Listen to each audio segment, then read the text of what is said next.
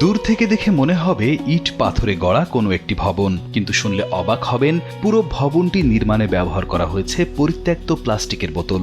বালু ভর্তি এই বোতলগুলোই ভবন নির্মাণের প্রধান সামগ্রী, আর এসব বোতল দিয়েই গড়ে তোলা হয়েছে পুরো দেয়াল। ইউটিউব দেখে এমন বাড়ি নির্মাণের উদ্যোগ নেন বগুড়ার দুপচাচিয়া উপজেলার এক গৃহবধূ। তার মতে বোতল দিয়ে তৈরি এই ভবনটি ইটের চেয়েও বেশি টেকসই, এমনকি খরচও ইটের চেয়ে অর্ধেক। ব্যতিক্রমী এই বাড়িটি স্থানীয়দের কাছে পরিচিতি পেয়েছে বোতল বাড়ি নামে।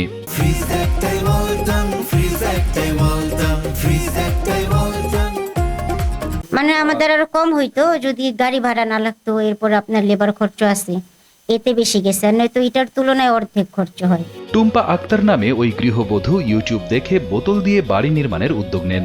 পরিকল্পনা অনুযায়ী শুরু করেন বোতল সংগ্রহের কাজ। দোকান, বাজার, এমনকি বাসাবাড়ি থেকে কয়েক হাজার প্লাস্টিকের বোতল সংগ্রহ করেন তিনি। মাত্র ৮ থেকে ৯ মাসে গড়ে তুলেছেন ১৫০০ বর্গফুটের এই ভবনটি। এতে প্রয়োজন হয়েছে ৪২,০০০ প্লাস্টিক বোতলের। আমি আবার সবসময় ভাবতাম যে এরকম একটা বাড়ি করবো যেন সব লোক দেখতে আসে, মানে ভাবতাম ডিজাইন অনেক সুন্দর হবে। কিন্তু এরপরে বোতল বাড়ি দেখার পরে আমি ভাবলাম যে না, বোতল দিয়ে করি। আমার আম্মুরে বললাম, তো আমার আম্মু বললো যে বোতল দিয়ে আবার বাড়ি হইব। আবার ভিডিওটা আমার আম্মুরে দিলাম। এরপরে কিছুদিন পরে আমার বান্ধবীর এক দুলা ভাইয়ের বাড়ি দেখলাম এরকম, যে উনি করছে ৩ তলা। ওই বাড়ি দেখার পর আর কি সম্পূর্ণ আমি শিওর হয়েছি যে বোতল দিয়েই করবো যাই হোক।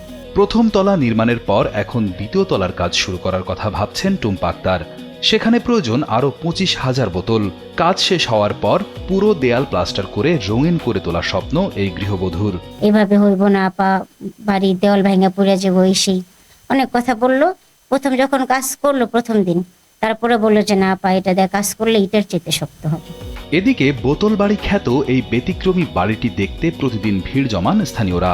কেউ ছবি বা ভিডিও ধারণ করে সামাজিক যোগাযোগ মাধ্যমে প্রচার করছেন, আবার অনেকেই আসছেন প্লাস্টিকের বোতল ব্যবহার করে ভবন নির্মাণের কৌশল জানতে। সবাই দূর দূরান্ত থেকে দেখতে আসে, আমরাও আসি। মানে এটার একটা মজার বিষয় যে বোতলের বাড়ি আমার বয়সে আমি কখনো দেখি নাই। শুরুতে প্লাস্টিকের বোতল দিয়ে ভবন নির্মাণে পরিবারের সকলেই দ্বিধায় ছিলেন, তবে টুম্পার সাহসী সিদ্ধান্ত এখন শিল্পে রূপ নিয়েছে।